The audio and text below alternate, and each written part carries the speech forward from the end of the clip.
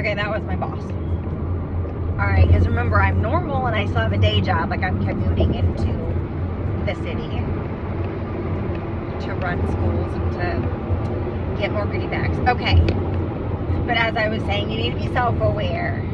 Because I really think if you don't understand yourself and you truly don't know who you are, you can't hope to understand anybody else. And then everything will be taken personable. Alright, best advice I ever got from any and every Mormon wedding shower.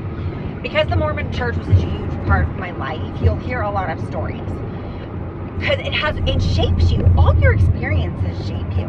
Every circumstance, whether it was your choice or not, shapes you. You just have to choose how you want it to mold you. And the more we choose to elevate our choices, the closer we feel aligned with our lives and who ourselves. So, anyways. But in the Mormon church, the best advice I got from every wedding shower, somebody seemed to say it, we would always be like on a card, write your best advice. And one person said, and it is funny through life before I say this, because I don't know if it was the same person who said it. I feel like it was somebody different every time. But after you hear something so many times, that's when your brain needs to go, this must be important. I'm going to remember it. So when you hear it from like 5-6 different people, hey, maybe take it into account that this might mean something. Let me try it. So the advice was, if you have 2 ways to take something your husband said, take it the other way. So you can either take offense to it or you can choose to not take offense to it. Because we can all, everybody can make something that it's not, just depending on the mood you're in or whatever. So I feel like I have done that with everything. Because to me, every idea, you can break into concepts and make analogies out of every part of your life. Like, to me, anything can be everything, and everything is anything. And here's what I mean by that. Okay, so when they say take offense or not, I would always do that with everything, not just with my husband. I took that into my work relationships. I took that into the way I took all information, and then I would test it out. I'm like, do other people have the same belief of me? Okay, no matter how negative it is, do they have that same belief? And then once I realized, yep, they all have that same belief, well, then it was up to me to change it or to be aware of it and say, y'all, I know I'm never, ever, ever going to get you an email before 1 minute before it's actually due to you. All right? Because I have all these other things that I do right at the last minute. It's how I am. My brain has always functioned better. And now I'm aware of this, so that I just make other people aware, so that way they're not as frustrated with me. And now there's jokes like, oh, well, we know when we'll get Bertie's. We'll get it at 4:59 on Friday evening. And I'm like, yeah, but it's not supposed to be there till 5, so does it really matter?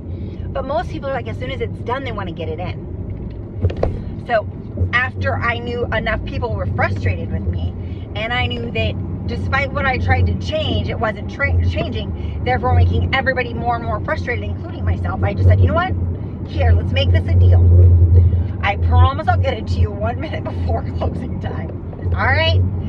And that kind of eases their irritation at you. So you have to be very self-aware.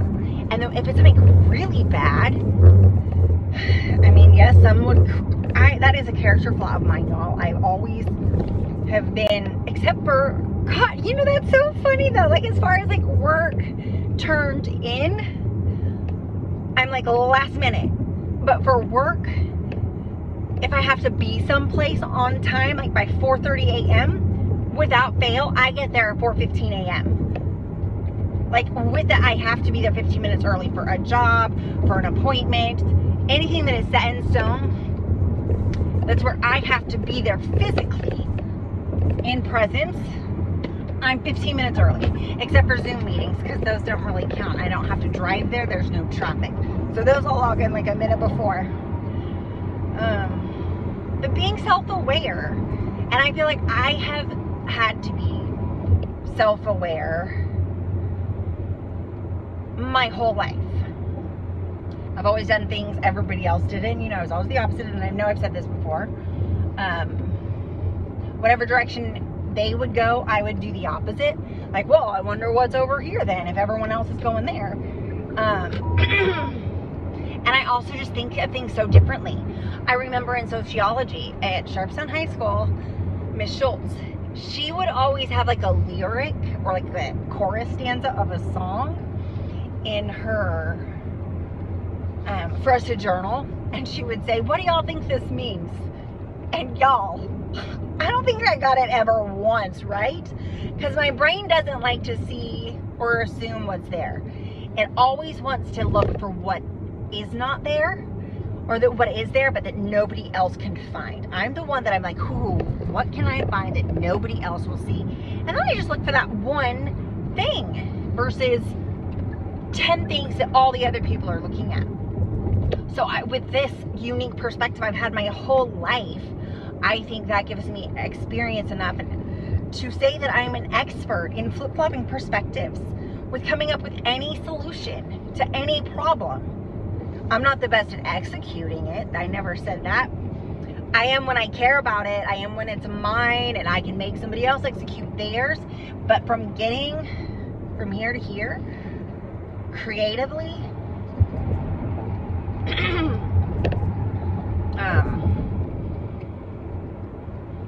know, yeah. So being self-aware. Seemed like there was some more stuff I wanted in there. So yes, so like I said, some of these videos will be me sitting here thinking, and I'll get into thought. As y'all know, I'm undiagnosed ADHD. Hello, that's me. But let me tell you why I believe that's what makes me even more fascinating. Because growing up, my mom and dad did not give me labels. They weren't like, ah, she has this, we need to put her on this. Ah, there's something wrong with her. No, I was just, oh, that's Bertie. Oh, there's Bertie again. Oh, there goes Bertie. You know, so that became the norm of my parents, you know, my life. I just figured, well, there goes the mischief one. There's the one who, you know, keeps causing all the little trouble. Who skips out on the work. So I just thought, okay, well, that's just me. That's just my personality, I guess. Not really realizing that, you know, now I do. Now I see. Oh, I probably was that really frustrating child of my parents who they were just like, because I was constantly in my head. Constantly. Because I was always observing all around me, taking it all in. So I would just take it all in. So I'd be in my head, but I'd be taking it in and I'd be questioning it. Like, huh, why did they do that? Why are they acting like that? Why are they doing this? And I wasn't taking in words, I don't think. I think I was taking in mannerisms. I was taking in tones. People can teach you so much. You just have to observe.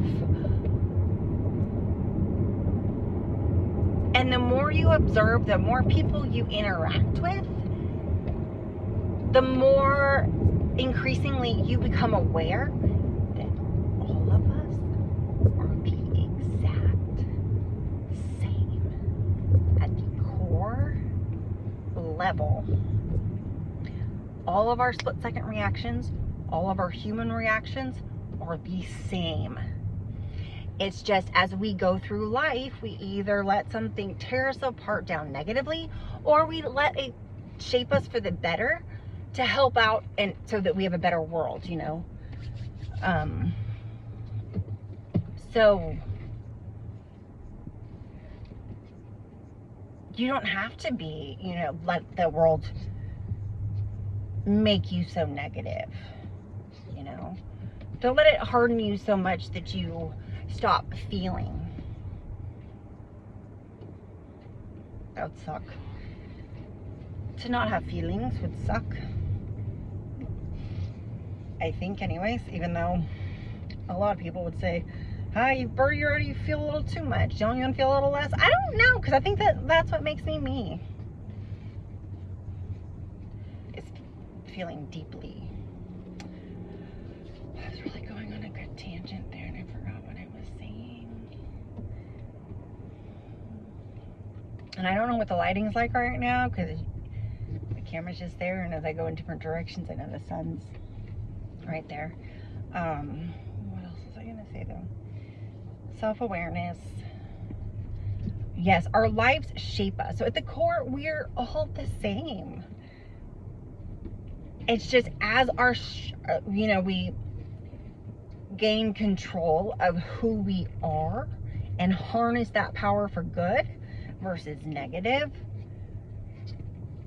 then that's where, you choose how your trials and tribulations and hard things in life shape you. You're in charge of that. And to me, that's a good thing. A lot of people, I think, they blame because they don't want to take accountability. It's easier for them to look away so they can blame someone else. But here's the thing, when you're willing to not take the blame for any failures,